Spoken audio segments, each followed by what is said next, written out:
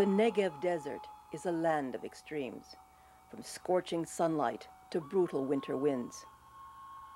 But for Ferial Abu Nadi, it is this very wind that cleared the way for her to become a certified nurse and a model for what Ben Gurion University of the Negev stands for.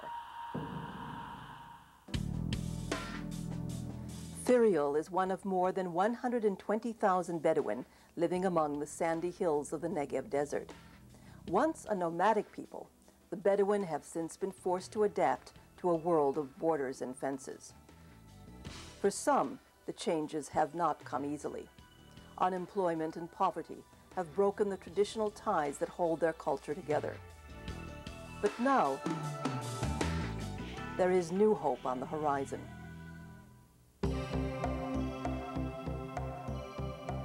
Located in the heart of the desert, Ben Gurion University of the Negev has committed itself to helping the Bedouin community.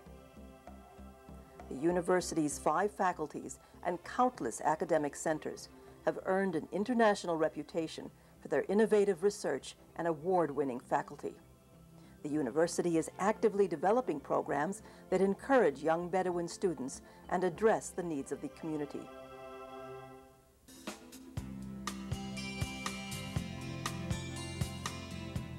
Ferial was one of the first Bedouin girls to apply to the university. Graduating with an academic degree in nursing was not easy. She's now earning her master's in epidemiology while working as the head nurse of family care in the village of Hura. Ferial is a role model for many young Bedouin girls, which makes her very happy. I'm sure that my exit from my tribe gave other girls a green light to go to school. I especially hear mothers of little girls say, "Yes, Ferial, you studied out and you still live at home, and we ask you many questions, and you give us the right answers. You help us a lot and guide us about health, rights, and about general issues. You talk to us, and that gives us something." Recognizing the unique difficulties of Bedouin students like Ferial, the university created the Center for Bedouin Studies and Development in 1998. For Dr. Ismail Abu Saad, founding director of the center, this was a dream come true. Within a short time, 4 years, we have started, witnessing the changes within the Bedouin community when it comes to the number of teachers, when it comes to the number of social workers, when it comes to number of nurses. By this year, for instance, we have 20 women doing their masters, which is, 4 years it was 0. So we could see by our efforts and by what we are, doing, we're helping the community to help itself. The key to the university's success has been working with local high schools to identify and encourage promising young students. These are going to be future students. They are in the 12th grade in sciences, and some of them are planning to come and study at the university. Every Friday, select Bedouin high school students come to the university and participate in 3 different programs. Medical cadets, the medical professions, buds of science in basic sciences, and the path to success for general studies. These 3 projects provide academic enrichment in a variety of subjects, including math, physics, English, and Hebrew grammar. But the programs are about much more than hands-on laboratory experience. They're about broadening horizons and creating hope. Miyassar Abu Saad decided she wanted to be a doctor or pharmacist while participating in the medical enrichment program. Thanks to the help of the Bedouin Center, she's now a first-year student in the Department of Chemistry, with plans to go far. I wanted to be a medical doctor, but I wasn't accepted this year because I was too young and my psychometric exam scores weren't high enough. Maybe in 2 years I'll try again and transfer to the medical school or to the School of Pharmacology. And if not, I'll continue studying chemistry and become a chemist.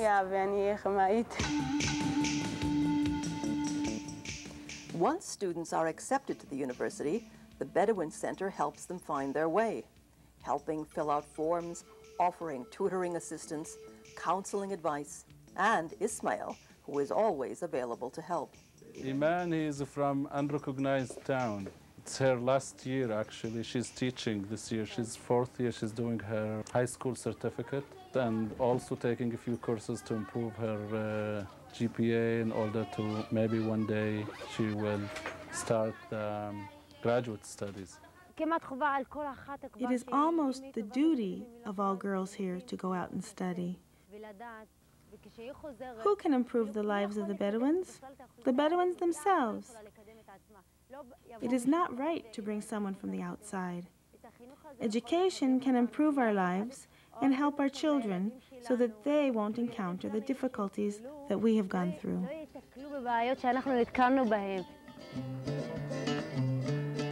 The center also raises awareness about Bedouin society by initiating and publishing research projects that address the needs of the community.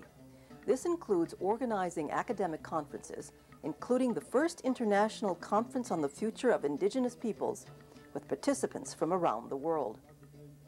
And none of this would be possible without the generous support and vision of Robert Arno, former president of the American Associates of Ben-Gurion University and chairman emeritus of the Board of Governors.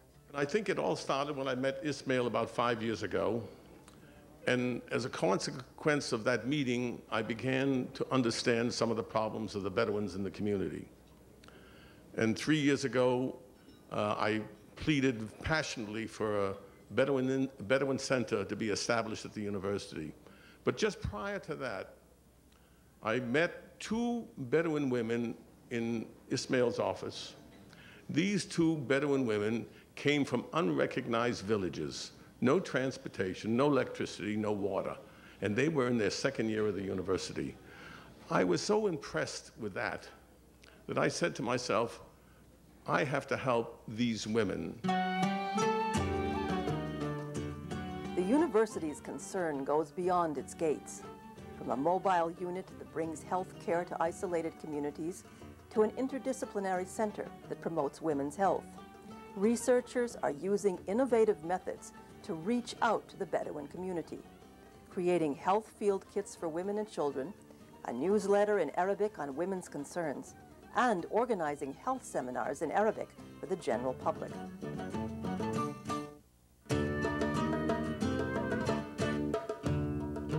The results are clear.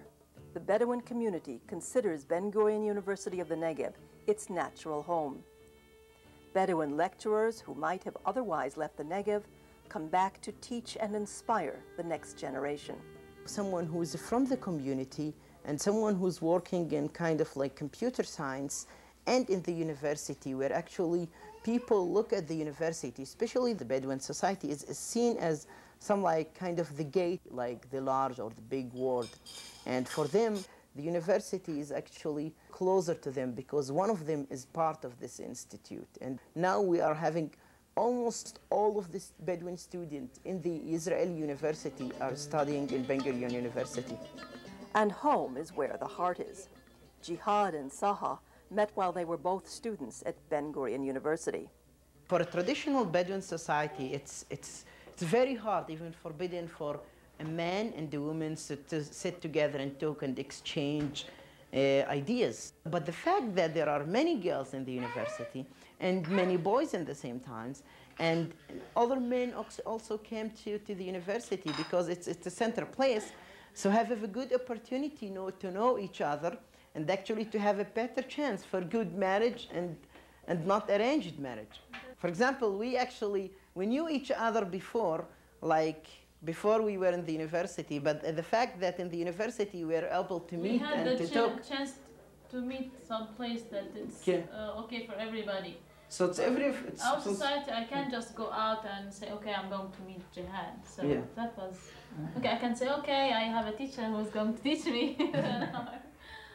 So it's another good aspect of being in the university, which is close to to like they are actually acting as a center for the Bedouin community. Ben Gurion University of the Negev, the natural home of the Bedouin community in Israel, creating hope for a brighter future.